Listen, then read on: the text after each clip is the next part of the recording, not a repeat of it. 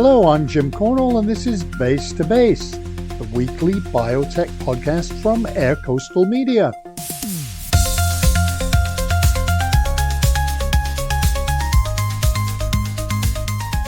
Yes, welcome again to the Base to Base biotech podcast, and this is number 61, and it's going live on May the 29th, amid what in Western Scotland is a heat wave at 25 degrees, and in the US Southwest would be considered a natural disaster. The joy of perspective.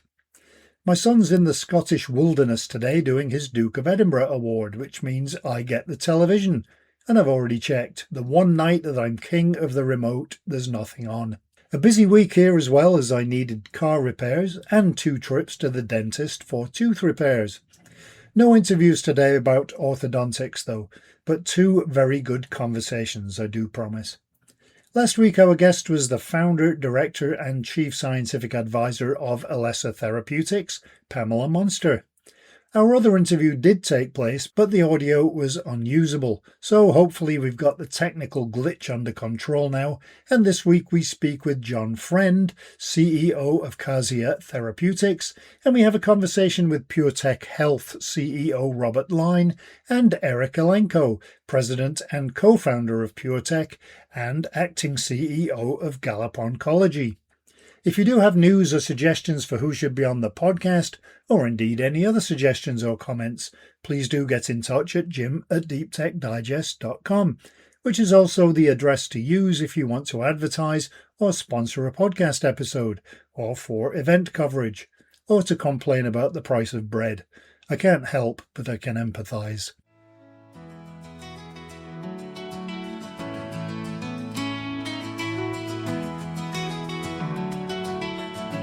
First, it's time to go through some of the headlines of the articles you may have missed over at deeptechdigest.com this past week.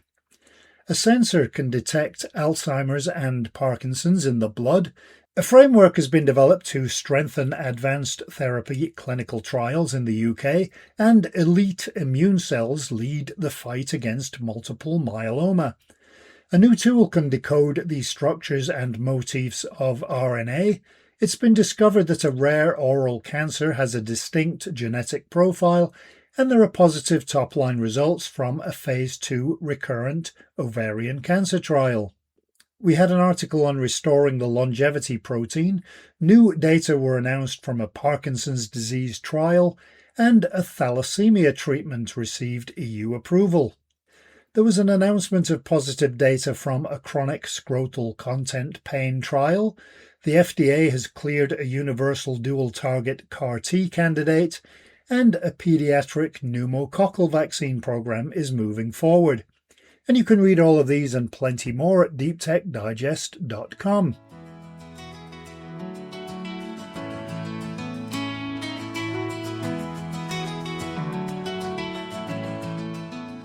First, this week we're talking about the constant fight against breast cancer. A growing focus in oncology is how to overcome the resistance by changing how tumours behave. Kazia Therapeutics is advancing a strategy centred on reprogramming cancer cells. Instead of just blocking growth, the goal is to make tumours less aggressive and more visible to the immune system. To tell us more is the company's CEO, John Friend. Hi John, thanks for being with us today. I wonder if you could first tell us about the company and a bit about your journey as well.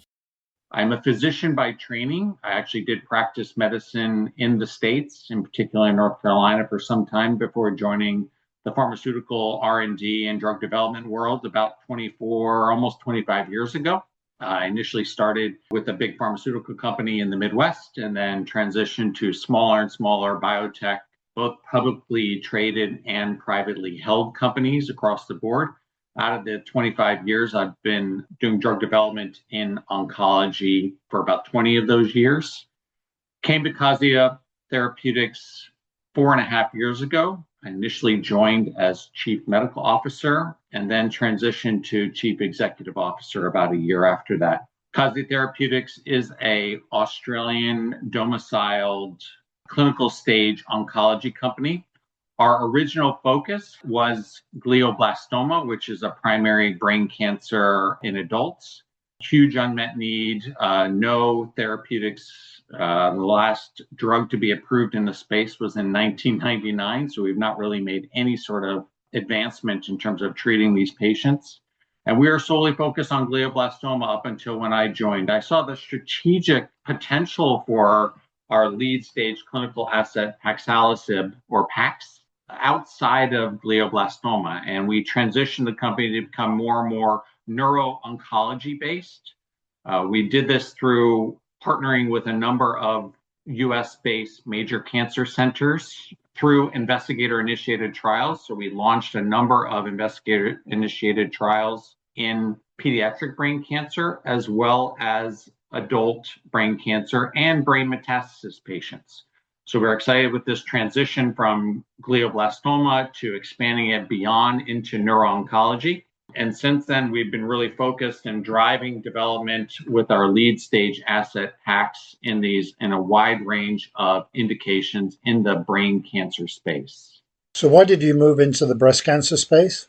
Great question. Jim, about 2.5 years ago, I was approached by a researcher at QIMR Berghofer, Queensland Institute of Medical Research in Brisbane, Australia, who is a UK-trained ex-Sanofi epigenetic scientist, Professor Sudha Rao, who had this concept that our lead asset and our mechanism of action could have additional effects outside of the standard sort of traditional and conventional kinase inhibitors, and where the focus was that there may be some sort of downstream effect from a cancer biology, being able to reprogram these dormant cancer stem cells, these circulating tumor cells, such that they can be recognized by our own innate immune system and T cells and natural killer cells, such that our own immune system can then work as well as other potential standard of care immunotherapies or chemotherapies. We went about with this collaboration, as I mentioned, 2.5 years ago, to focus on breast cancer. She was a breast cancer researcher. She had a number of liquid biopsy samples from breast cancer patients across all of Australia. And the focus was to demonstrate that by adding Paxalicib, our lead stage asset, to standard of care in triple negative breast patients or triple negative breast cancer models, preclinical models, that we would be able to have an additive effect such that we'd be able to show that you can now target these previously untargetable cancer stem cells, these dormant cold cancer stem cells, and then show a response and a reduction in those cells, and therefore, obviously, response in terms of radiographically and improved progression-free survival and overall survival down the road. The collaboration began and read out beautifully and was validated and revalidated multiple times over the past couple of years, again, focusing in on Paxalicib in triple negative breast. This led to a publication last year, as well as us launching our first study in stage 4 triple negative breast patients. We launched it in Australia, very strategically in just one site initially, to be able to demonstrate safety and tolerability. Being a phase 1 study, we wanted to show that the combination or the additive effect of Paxalicib to pembrolizumab and chemo, which is the standard of care for late stage triple negative breast patients, both Australia as well as Europe and the US, that it's safe and tolerable, but also that we were seeing this bench to bedside translation of data, right? We were able to show in a number of animal models and in liquid biopsy samples from triple negative breast patients that Pax additive has an additive effect to the standard of care treatments. But we wanted to show that that translation from preclinical to humans was working. And sure enough, after the first patient was enrolled, we assessed those biomarkers or those circulating tumor cells, those cancer stem cells. And we were able to show after just one cycle, which is 3 weeks of Paxalicib added to pembrolizumab and chemo, a drastic reduction in the circulating tumor cells, a drastic reduction in terms of circulating tumor cell clusters, which are essentially individual CTCs, circulating tumor cells that have coalesced together, almost as mini metastasizing groups of cells that are then floating around in our blood system and in our blood and plasma. And we're actually able to show that we reprogrammed the remaining of those circulating tumor cells from very aggressive, highly resistant mesenchymal phenotype to epithelial phenotype. So we were super encouraged by that initial data set in the first patient that was enrolled, that we were able to actually target these previously untargetable circulating tumor cells and clusters of these circulating tumor cells. That led us and felt very encouraging to really expand in terms of moving on in terms of the trial, which we've been doing. We've enrolled a number of additional patients, as well as increased the clinical sites associated with the ongoing trial. A few of the ongoing patients that we have in the trial, one in particular has been very, very exciting. This was a patient, a young woman, family, young kids who came to us, actually expressed an interest in participating in the trial, introduced her treating physician in Australia. And she was actually failing currently her standard of care treatment with chemotherapy as well as pembrolizumab. And unfortunately, she wasn't able to qualify for the ongoing clinical study, but we were able to support her physician in terms of adding paxilosib to this failing treatment. She had extensive disease, tumor burden, not just in her lung, but elsewhere, soft tissue and bone, et cetera. We provided expanded access or compassionate use paxilosib to her ongoing therapy. And one of the things that just makes me so excited being a physician by training is when we show these sorts of incredible responses. Well, she had an incredible response after three months of treatment with Pax. She was able to have a complete response. So no evidence of disease just after 3 cycles of treatment with Pax and this standard of care. And Jim, it's those sorts of responses, as well as, thank you letters that I get from patients and from parents as far as treating, their kids, but also their loved ones, that really excite me and get me up and moving in the morning, that we are really doing some major benefits for patients and in terms of these horrible, horrific diseases like triple negative breast. Could you tell me a bit more about the drug and how it works? Absolutely. So paxilosib, it is an oral, once a day, dual PI3K mTOR inhibitor. PI3K inhibitors have been around for a very, very long time. mTOR inhibitors have been around for an even longer time. In terms of a molecule that can actually hit both of these 2 targets is quite unusual. There have been several approvals in terms of PI3Ks in the breast cancer space and in the hematologic space. We've not seen any dual PI3K mTOR inhibitors approved to date, although I would expect that we would see some potential approvals here in 2026 with another molecule. But actually, Pax was designed and discovered by a Genentech researcher who had a family member who died of glioblastoma. And since PI3K inhibitors do not cross the blood-brain barrier, which is one of the biggest issues for treating any neuro-oncology indications, but in particular glioblastoma, he went out and designed Pax to specifically be able to cross the blood-brain barrier, get into the central nervous system, get into that tissue, as well as into these cancers that really are blocked off from this blood-brain barrier. Genentech took it forward in terms of preclinical as well as into a phase 1 study in glioblastoma. And then Genentech made a corporate decision not to go into neuro-oncology. We happened to be at the right place at the right time and in-licensed Pax from Genentech directly. And since then, we've just been driving the development. And as I mentioned, we initially were a GBM company. We transitioned to a neuro-oncology company. And as you've heard, we are really putting a stake in the ground in terms of Pax and Kazia Therapeutics with a really key focus in terms of breast cancer at this point in time. How does this reprogramming take place and what's the mechanism there? So that's actually an excellent question. from a science perspective, we know that chemotherapy, we know that immunotherapy has essentially no effect on these circulating tumor cells, these cancer stem cells. We also know that these CTCs and clusters, even looking at recently a publication from Science that came out really demonstrating that these CTCs and in particular clusters are the ones that are really the cause or one of the causes of these metastases, as well as the recurrence of tumors that in spite of our radiographically are showing responses and no evidence of disease, there has to be some reason why these cancers are coming back. And we think one of the major reasons is because of these CTCs and these circulating tumor cell clusters.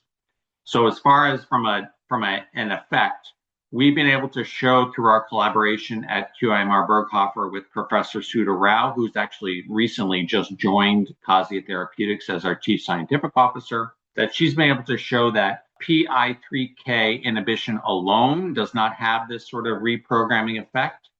mTOR inhibition alone does not have this sort of reprogramming effect. You have to hit both of these two targets, which are very well known in the cancer biology space, as one of the ways that cancer cells and many tumors escape treatments. But by hitting both of these two in this pathway, you see an effect downstream at the genetic level, actually, of these cancer stem cells and these circulating tumor cells, such that we have a downstream disruptive effect in a core, we'll call it coalescing of molecules at the chromatin level within the tumor cell itself, and thereby almost taking off the invisibility cloak of these cancer stem cells and these circulating tumor cells, such that our own natural immune system, our T cells, which identify foreign tumors and foreign cells, and then can attack them. So by removing this sort of invisibility cloak at the chromatin, almost beyond a DNA level, at the genetic level, all of a sudden our own immune system can work better, as well as even some of these immunotherapies, these checkpoint inhibitors, and these chemotherapies as well can now work better. So it is an additive effect on top of a functioning immune system, as well as other standard of therapy drugs with immunotherapy, checkpoint inhibitors, and chemotherapy drugs. Could you tell me a bit about your clinical trials pathway? So as I mentioned, we've been strategically transitioning from a GBM to a neuro-oncology and really putting as I said, a stake in the ground in terms of breast cancer and breast cancer research with our ongoing trial in triple-negative breast. We have a number of other investigator-initiated and cooperative group trials across the neuro-oncology space, many of which have read out or will be reading out in 2026 and beyond.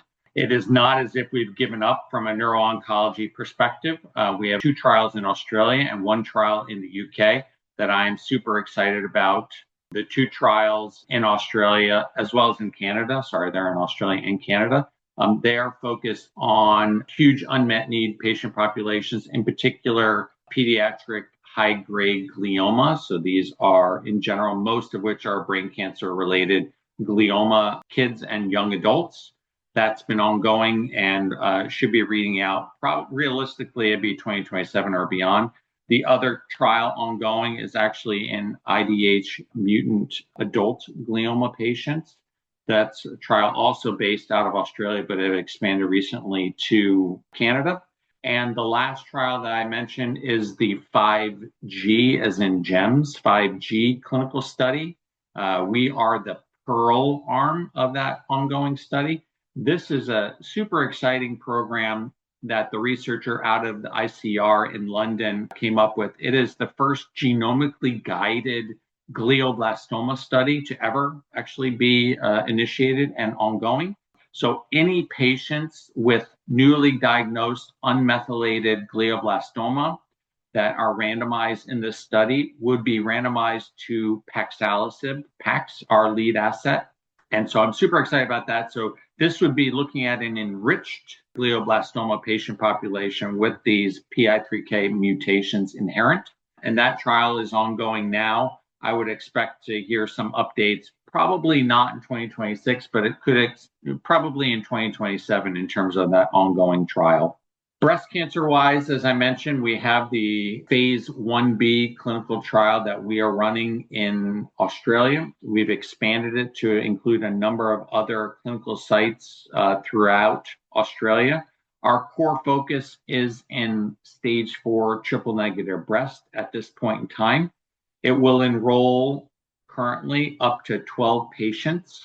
Those patients will be randomized to receiving either 15 milligram of Pax in combination with pembrolizumab and chemo, or 30 milligram in combination with pembro and chemo.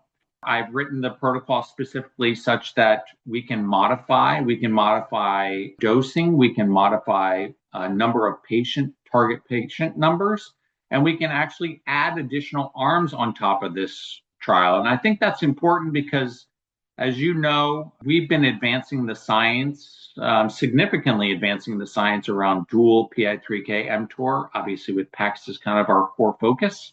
It makes sense that potentially this mechanism and this downstream reprogramming effect wouldn't just apply to stage 4 triple negative breast, but it could apply to other patient populations within breast cancer and maybe even beyond that. So I highlight that to say, from a science perspective, because advancing science and advances innovation and potentially can then reflect from that bench to bedside into patient benefit. So I would say, with the proper science behind it, as well as safety, tolerability in animal studies, maybe even ex vivo liquid biopsy samples, we could expand this trial to even beyond stage 4 triple negative breast in the near term. So do you see this in the future as being a standalone treatment, possibly? We have assessed Pax or Paxilosib as far as a standalone treatment across a wide range of neuro-oncology indications. I do think realistically indications or tumors such as glioblastoma, but also potentially even pediatric brain cancer, other gliomas, I think it is a challenge as far as a monotherapy for these patients to have the best outcome. Just like every other tumor set out there, whether that's breast cancer, lung cancer, melanoma, colorectal, etc., it's the combination therapies that really, it's that combination of multiple drugs, the doublets, the triplets, or even beyond that, quadruplet therapies, that you see the best outcome for patients in terms of survival, in terms of progression-free survival, in terms of responses. So although we have shown some very, very nice data in terms of glioblastoma with overall survival in excess of about 4 months over standard of care, we've shown some very nice data within pediatric brain cancer populations with regard to survival as well, with some of these compassionate use kids living, well in excess of, several years with exposure to PAX as monotherapy. But I think from a standpoint of breast cancer, in order to see the best outcome for patients, it would be a combination. From a development and from a commercialization standpoint, as an add-on therapy in triple negative breast to standard of care, that makes a lot of sense from a development, but also from a scientific perspective. So I would say core focus, I believe, will be in combination therapy, but we have shown both in preclinical models and some patients in terms of PAX's effect as a monotherapy agent. But as a physician, I'm always looking for the best outcome for patients. And so that really drives decisions. And as long as from a development and from a regulatory perspective, that makes sense, that's really going to be our core focus. So I would expect TNBC, as well as even other sorts of tumor types that we would potentially be exploring in the near term and near future, it would be in combination with standard of care. So does PAX have any potential uses with other conditions or diseases? As I mentioned, our mechanism of action is quite novel with this dual PI3K and mTOR inhibition. In terms of indications and approvals, there have been no other drugs approved in this space or with this mechanism of action. I would imagine, just looking at within breast cancer, the dual PI3K mTOR mechanism of action has shown with another molecule some very, very nice data. So the company Celcuity has a similar mechanism of action drug called gedatolisib This is a IV administered infusion, 20-minute infusion once a week, on for 3 weeks, off for 1 week. They recently put out data with their IV infusion molecule in the hormone receptor positive, HER2 negative patient population, showed some very nice data.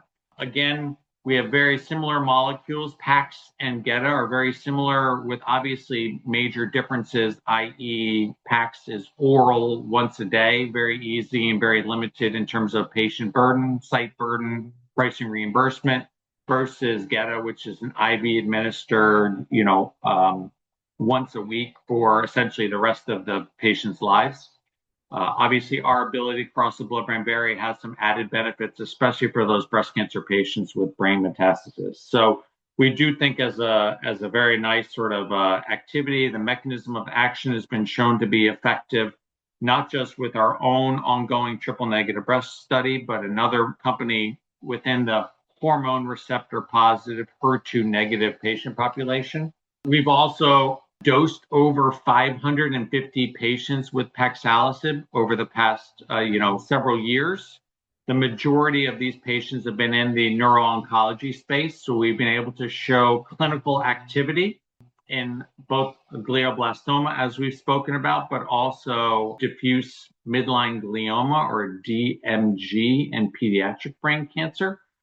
We've also shown in investigator-initiated trials that by combining PAX with radiation therapy, we actually have a synergistic effect on that end, and we were able to show in heavily pretreated brain metastasis patients dramatic responses in these, again, heavily pretreated brain met patients.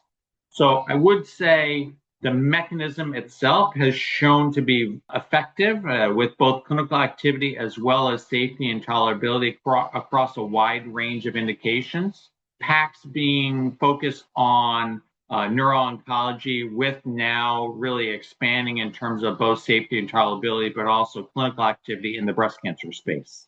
What are your hopes for people that are suffering from breast cancer in terms of what you can do for them? From my standpoint, Jim, I feel that we are moving the needle in terms of these huge unmet need patients. We've seen, although some minor advances in terms of treating, especially for referring to triple negative breast patient, we've shown some preliminary sorts of better responses compared to some of the older chemo drugs. Where I envision, Jim, that we're playing a very unique role is that we are looking at cancer in a different way. We're not talking about the standard sort of conventional hitting targets and then that reflecting in terms of responses and hopefully progression-free survival and survival. We're looking at the next level down. We're looking at the cancer biology, the regulation of these cancer cells, such that we can minimize sort of the resistance to these ongoing great therapies that we have now, but looking at that resistance mechanism, that invisibility cloak that these cancer stem cells and even other cancer cells have, and be able to lift that through a reprogramming aspect that we've shown now both preclinically and even in the clinic now that PAX has. So advancing that and then really showing how that translates in terms of clinical benefit is the one thing that really gets me excited every day. I think advancing in the clinic and looking at potentially even other patient populations within the breast cancer space where this drug, PAX, could really add value to ongoing therapies really is super exciting. And that's something we as a team are truly focused on, is looking beyond the conventional therapies and looking at that sort of reprogramming aspect. And I would say, our lead asset, clinical stage asset, focus on that. We have a couple other very novel platforms that we're looking at that are also focused on the reprogramming of the cancer biology system. So taking it one step beyond sort of the traditional targeted chemotherapies. Is there anything else in the pipeline? So as far as other activities as well as platforms, so we've been working with QMR on two other platforms that we're super excited about. They're very early stage. They're R&D, research and development stage that we're looking and will hopefully be in the clinic in the back half of 2027. These are, again, our super novel, first in class. No other companies that we're aware of have a PDL1 protein degrader program with a lead optimized peptide targeting therapeutic, as well as a SET DB1, that would be SETDB1 platform. We are extremely excited with Professor Sudha Rao now as our Chief Scientific Officer, as well as designers of those two different platforms. We are and will be initiating imminently IND enabling preclinical studies such that we can be in the clinic in the back half of 2027. So stay tuned on that, Jim, from the standpoint of mechanism of action, describing what a protein degrader. We know protein degraders. There are several that have been approved, and there's been a lot of news flow in this space. But in terms of PDL1 degrader, those are super unique, and I do believe that we have a first in class. And SETDB1, same thing there. We'll be out describing and educating both the science, but also our patients and clinicians about these two different targets and how beneficial they could be, potentially as monotherapy, but also as add-on therapy to standard of care. These, again, are looking at that sort of immune evasion, how these cancer cells are evading our therapies, how they're evading being killed by our own innate immune system, T cells, natural killer cells. So stay tuned on that. Again, as you heard me say with regard to PACS, our theme and our mission is really looking even beyond the conventional therapies and looking at more of the cancer biology and reprogramming such that we can have better outcomes and more durable outcomes for our patients.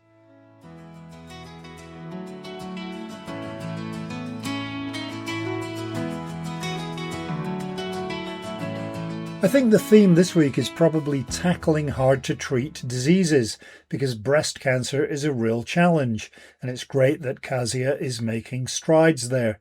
Next, we're talking to two people at PureTech Health about a variety of things, including the company's approach to the industry and some of the great successes that it's seeing, including recently announced positive data from a phase 1b clinical trial for heavily pretreated patients with relapsed refractory high-risk myelodysplastic syndrome and acute myeloid leukemia.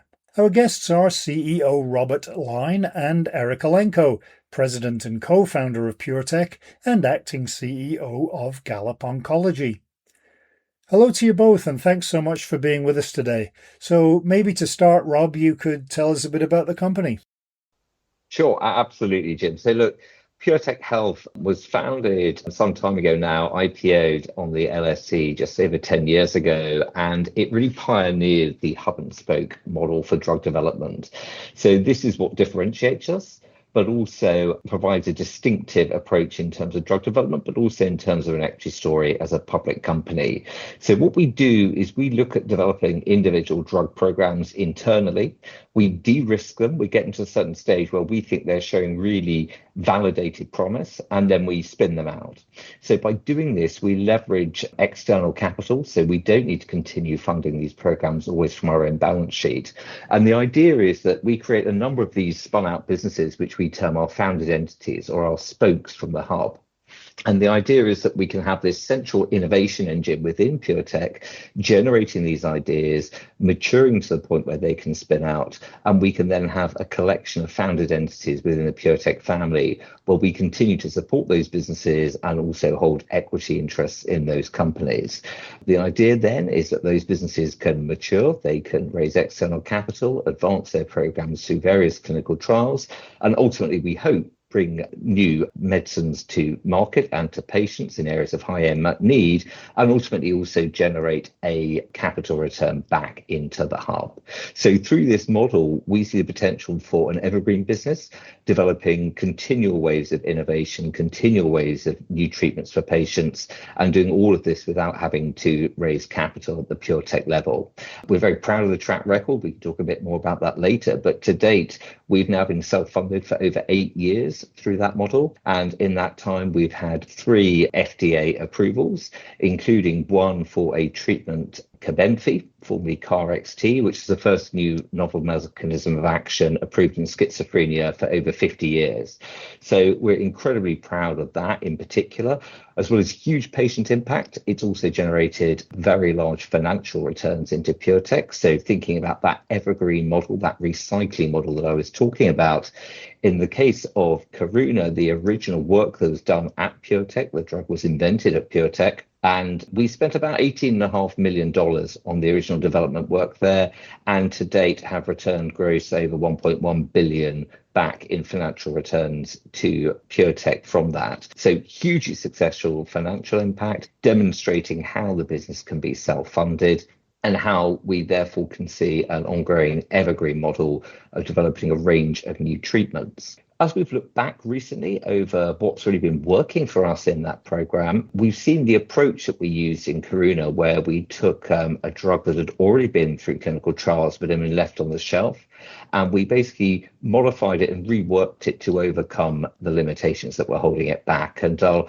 ask Eric Elenko just to take over and talk a little bit around that, because for us is a great example of how the model was working. It's really also what we're going to be focusing on in the future as we look at innovation going forward. So the go forward innovation model really is centered around the idea of taking drugs that demonstrated some type of human efficacy, but there was something holding the drug back, for instance, adverse events. And that's what happened in the case of Karuna and Cobenfy. We then go and say, okay, well, how do we overcome whatever hurdle and problem caused the drug not to reach its full potential? In addition to the adverse events, sometimes that can be something like how the drug is actually taken. For instance, a drug that's IV, but ideally would be taken orally, and because of that, the drug wasn't developed. And then what we'll do is we'll find a solution, and we go from clinical back to preclinical and actually go and test whether or not our envisioned solution will work. We define ahead of time, almost like engineering specs, where we know we need to see certain things for that drug to be successful. And then if we meet those predefined criteria, we'll go and drive the drug back into the clinic.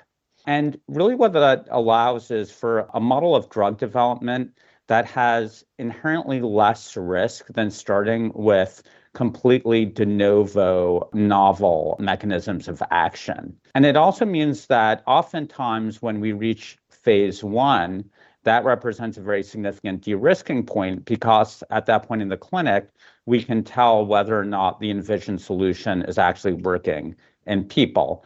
And that was actually what happened in the case of Karuna. And that's the pathway that we really see going forward in terms of future innovation. You were mentioning the model at the beginning there, Robert. Is that the connection or how Gallop Oncology works? Yeah, absolutely. So Gallup's a great example. At the moment, it's still a wholly owned program, so we still own the asset entirely. It's a little bit of a deviation from the go-forward innovation model that Eric was talking about, as this is a completely new novel molecule developed by PureTech. However, at the moment, it's still very much following the developmental path that we look for at PureTech. So currently, it's wholly owned. We've taken it through the phase 1b trial, got very exciting data that we can talk about a little bit more. But crucially, it's now reached that stage where we think for the next step forward, we're going to be wanting to leverage external capital in line with the model. So we've got great data. We're going to be meeting with the FDA later this year to agree what we think the phase 2 trial could look like. And then we'll be looking to fundraise towards the end of this year and into Q1 2027 to then provide the capital for that business as a spun out spoke, as an independent company, in order to take it through the next phase of clinical development. Gallop is centered around a drug candidate called LYT-200, which is targeting galectin-9. And by doing so in the relevant hematological malignancies, it has two effects. One is to cause direct cell death of the malignant cell through apoptosis and DNA damage. And the other is to allow for relief of immunosuppression, which is caused by the hematological malignancy. Gallop will be targeting devastating hematological malignancies, with the lead being relapsed refractory high-risk myelodysplastic syndrome, or MDS. And as we were discussing, PureTech recently completed a trial, phase 1b, with LYT-200. And this study was single agent and combination dose escalating. And this included both relapsed refractory high-risk MDS patients, as well as relapsed refractory acute myeloid leukemia, AML patients, all of whom were heavily pretreated. For instance, 100% of the MDS patients had received the standard first-line therapy, which is a hypomethylating agent. And unfortunately, as is typically the case in this disease, the patient's tumors either didn't respond or stopped responding. Now, we had 3 goals for this trial. One was to establish the safety profile. It's a phase 1, so that's pretty standard. And we were really happy to see LYT-200 had an excellent safety profile. And in particular, it did not have what's called myelosuppression. So MDS and AML, these are malignancies of the myeloid lineage. Galectin-9 is expressed on the tumor cells. You don't have it really being expressed on these normal myeloid cells. And that's a big advantage because historically that's been a major challenge in the field. Our second goal was to identify a dose to bring forward because it was dose escalating. And in fact, we saw a dose escalating response and identified 12 mg per kg LYT-200 to take forward in combination. Our third goal was to identify, of the 2 conditions that are closely related to AML and MDS, but they are distinct, which one to prioritize. We had really good data in AML. We had really good data in MDS. We were particularly impressed by the data in MDS. And in the case of relapsed refractory MDS, there's only one drug actually approved once you get to that line of therapy. And it's a drug that only 3 to 5% of patients are eligible for because they have to have a very specific mutation. And outside of that, there's really nothing. And so there's this dire unmet need for patients who unfortunately only have months to live once they reach that state. Now, what we observed in the efficacy evaluable population at the dose we're going forward with, the 12 mg per kg, in combination with a hypomethylating agent, again, bearing in mind all these patients previously were on an HMA, was a complete response plus partial response rate of 36.4%, which is extremely high, particularly for an agent which isn't targeting a specific mutation, and especially given the excellent safety profile that we had. So we're really excited about this data. The key opinion leaders who, we're working with, the top KOLs, are all really excited about this data. And we're looking forward to driving it forward to be able to give patients another therapeutic opportunity where one just doesn't exist. You mentioned that unmet need for MDS. Is there anybody else in the field working on treatments for it? I mean, is it a particularly challenging condition to tackle? Yeah, there is some work being done, but there's really, in general, I'd say the pipelines are threadbare. Compared to other malignancies, you just don't have the degree of work being done, and you really don't see the same type of research and development as other areas. And really, probably, why is that? And it's really because the area has been extremely challenging to move the needle.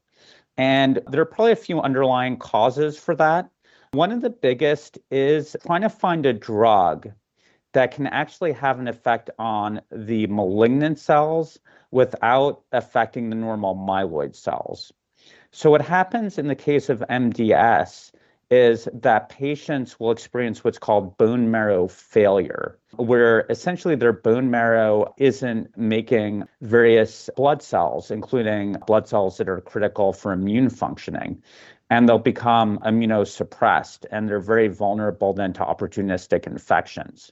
And so what happens is when a drug might knock out the cancer cells, is also knocking out the normal cells, the myeloid lineage, then that actually makes the problem even worse, and the patient's going to be even more immunosuppressed. And that's been a giant challenge. And this is where LYT-200 is particularly exciting because of the way that galectin-9 is expressed, and you see this upregulation in the context of malignant cells. I think the other challenge has really been finding something that's mutation agnostic. Again, the one approved drug is something that targets the IDH1 mutation, very small patient population, 3 to 5%.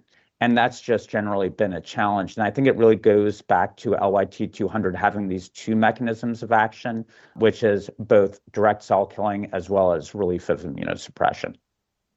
The conditions that we're talking about are very aggressive conditions, and they have, as you've already mentioned, a very poor prognosis. What are your hopes for patients that have these diseases with what LYT-200 can do? Because we've seen in the past where excellent clinical trial results can mean an improvement of lifespan by 3 months, but the quality of life is not good either. So how do you kind of measure what success is going to look like? Yeah, Jim, that's a great point. And, I would say our goal is to allow patients who are in this relapsed refractory setting to have an actual therapeutic option, because right now no therapeutic option exists, and really to give them hope. Because to receive a diagnosis of MDS is devastating. And then for a patient to be told, well, now the one class of drugs which is approved and has shown some efficacy, unfortunately, it's not working anymore. And then someone finds out they have months to live. That is a devastating, terrible experience for a patient to have. And you're absolutely right. With these types of malignancies, quality of life becomes a tremendous issue, particularly because they will find themselves in a position where they're immunosuppressed and get these terrible infections. And one of the things we're really excited about is the possibility of having a drug that not only helps with the underlying disease, but also is relatively benign from a safety viewpoint and can be added on to other drugs. And that has been an enormous challenge. And you're absolutely right about that. Yes, someone extends their life, but the adverse events of drugs, often in the context of oncology, have adverse events that decrease quality of life. And that's something that we're looking forward to. We need to run the next subsequent study and show things can reproduce. And that's something, of course, would always want to give that caveat. But that is something that's important, is quality of life, not just quantity. And so what's the plan for phase 2? Yeah, we're going to be meeting with the FDA this year to discuss what that trial could look like. Of course, we need to get the FDA feedback. We're refining the study design. That is something that potentially, and I'll say potentially, could be registrational.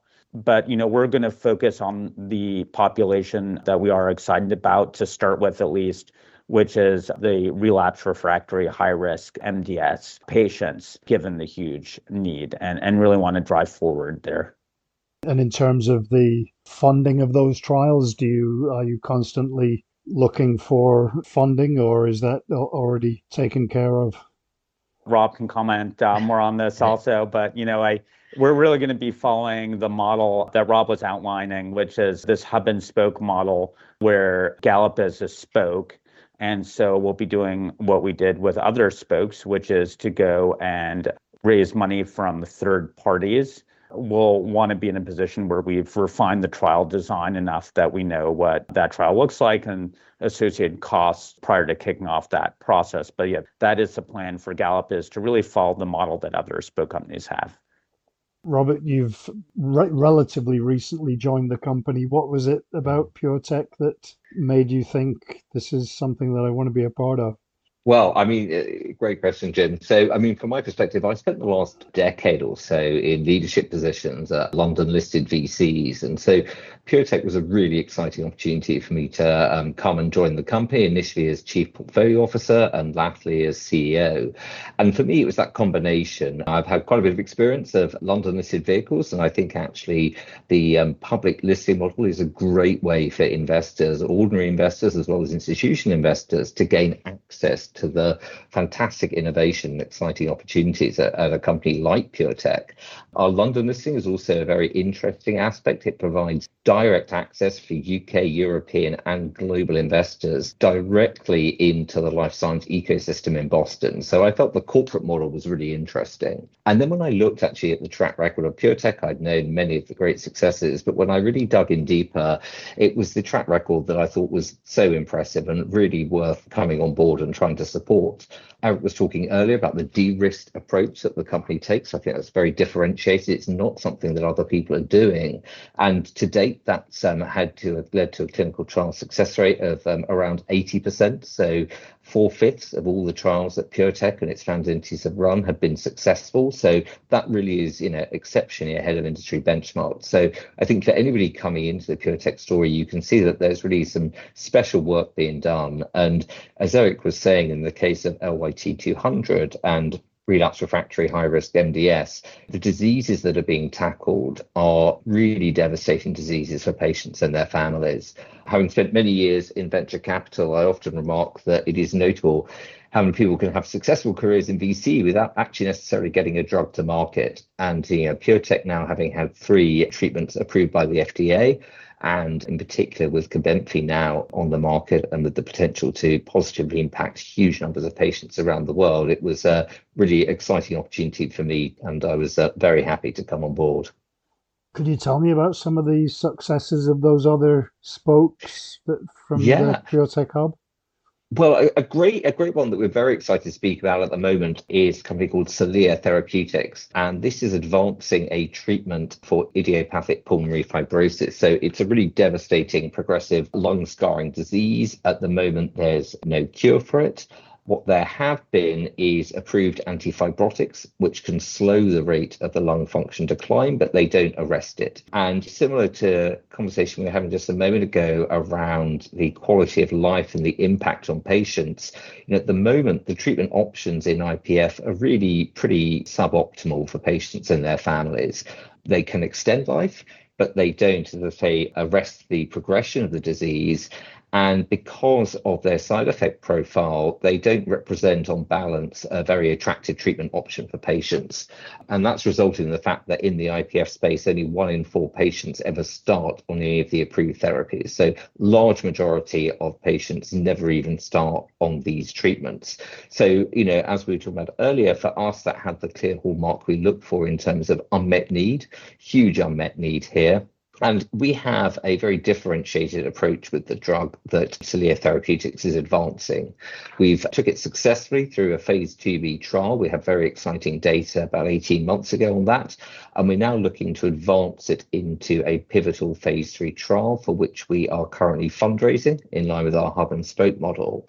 And we think really there, the drug deupirfenidone has a chance to really dramatically change the treatment landscape for patients.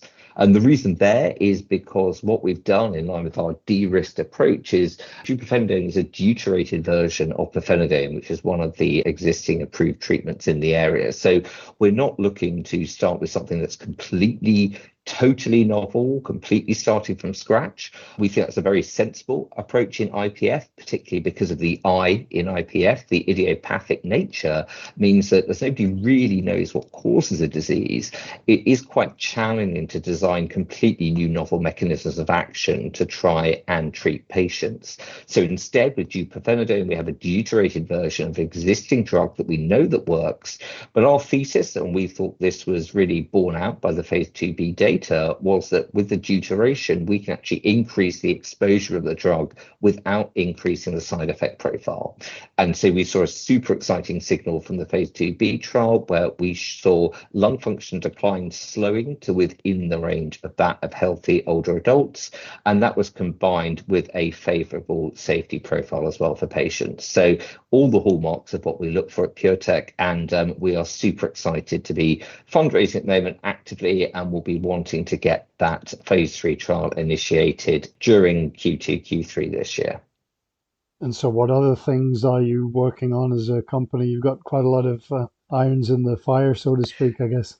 Yeah, we do. Well, so another, in terms of not quite so clinically advanced, but still very corporately advanced, would be one of our other founded entities called Kazia Therapeutics, which span out of PureTech a couple of years ago. That took a series of CNS assets, which it now has in 2 active clinical trials.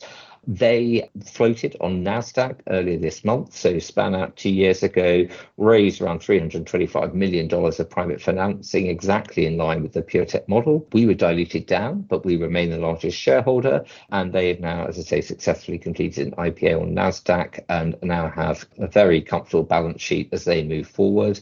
We are awaiting a readout. Their phase 2 data in their lead asset is reading out, expected first half of 2027. So a really exciting time in terms of their clinical development, but also a great validation of the financial model of what we do at PureTech in terms of how we develop and spin out these businesses. In terms of that development of new assets, what's the initial spark that causes that? I mean, how do you determine what you're going to move into in the first place? We start by looking at areas of high unmet need, right? So we'll go into a disease area, say, here's the unmet need, and then we'll go and look for drugs where there has been the signal of human efficacy. We're therapeutic area agnostic, but there are certain areas where we've historically focused and we're going to continue to focus going forward. For instance, CNS, central nervous system, immune-related conditions, I&I is also of high interest. But really everything starts with, okay, here's a large need, and now here's a potential drug that could fulfill that need. Let's try to solve the problem so that drug, which could have potentially helped so many people, can actually fulfill its full potential and help patients. And how do you see the future of the company moving forward? Looking ahead over the next 12 months, what we've sort of asked people to look out for is our upcoming catalysts. So in terms of we're funding Kazia Therapeutics, that's the IPF program, looking to get a fundraise announced, hopefully within the next matter of weeks, certainly potentially into Q3 this year. And then, as we indicated, we're looking to fundraise for Gallop, and that's likely to be progressing towards the end of the year, but we'd be looking to try and close that Q1 next year, subject to how things progress in terms of FDA discussions. And then we've got, as I say, the data readout, exciting data readout coming out from Kazia Therapeutics, which is currently guiding for that in the first half of next year. So we see some really exciting upcoming news flow from the company and from these programs all at different stages, which, fingers crossed, but we think we're going to have some good news coming up on those fronts. Great that you're managing to make a difference with some of these things that almost seem impossible sometimes. So. Well, I think that's true. Maybe one other element on that is, what is really exciting about PureTech is that we are active in a space where others aren't. So, this approach that Eric was talking about, you can wind the clock back to the early days of CAR-XT. People weren't interested in xanomeline. It was PureTech and the team and Eric and others who saw the potential there. So, that is a major differentiator. This isn't just sort of run-of-the-mill VC where everyone's sort of swarming around the same idea. The early programs that we're looking to advance, in many cases, I think we can justifiably say that if we weren't doing it, nobody else would be doing it. So that really is an area where we can make a real difference. Yeah, I think that's a very fair statement, that PureTech approach and really is something that is something unique to PureTech, and that does lend itself then to some very exciting potential programs. It's a good thing to do, but it's also a brave thing to do, because if you are stepping into, I guess, where angels fear to tread, it's a very noble thing to be able to do that, because there are clearly easier things that you could be doing. Absolutely. I think that's one of the reasons why the track record helps us so much. So, you look at, for instance, in the CNS space, before Karuna's exit to BMS, it just wasn't an area where people saw the potential for big M&A. And we really were, I think, fair to say, pretty instrumental in building the company that was then able to break the mold there. So we've always been successful by being a little bit contrarian at times. But I think people realize that, when we think we've got a good idea and we can demonstrate strong data and then attract funding, it's something worth pursuing. You do get these positive feedback loops and negative feedback loops, but the positive feedback loop is no one wants to go into an area, someone's successful, then, all this money comes in. And we actually see that as a really good thing. It's awesome that, no one wanted to invest in psychiatry and schizophrenia and like, oh, you can't do anything. Like Rob said, there's no big M&A. And then Karuna happened and then all this money came in. But that's great because it means new research is being funded that's going to help patients. So it actually has an end of positive effect when someone can actually break that barrier and then others want to come in. So it actually ultimately ends up benefiting the science, the field, but most importantly, patients.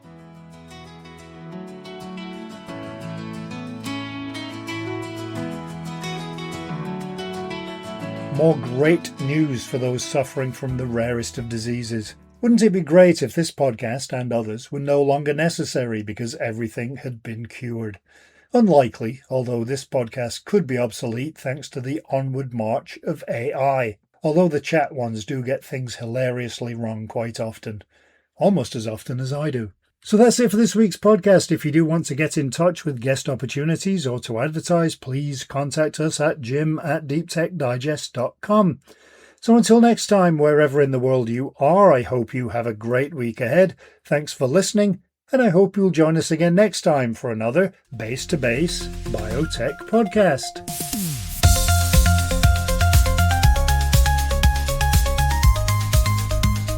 The Base to Base Biotech podcast is an Air Coastal Media Limited production.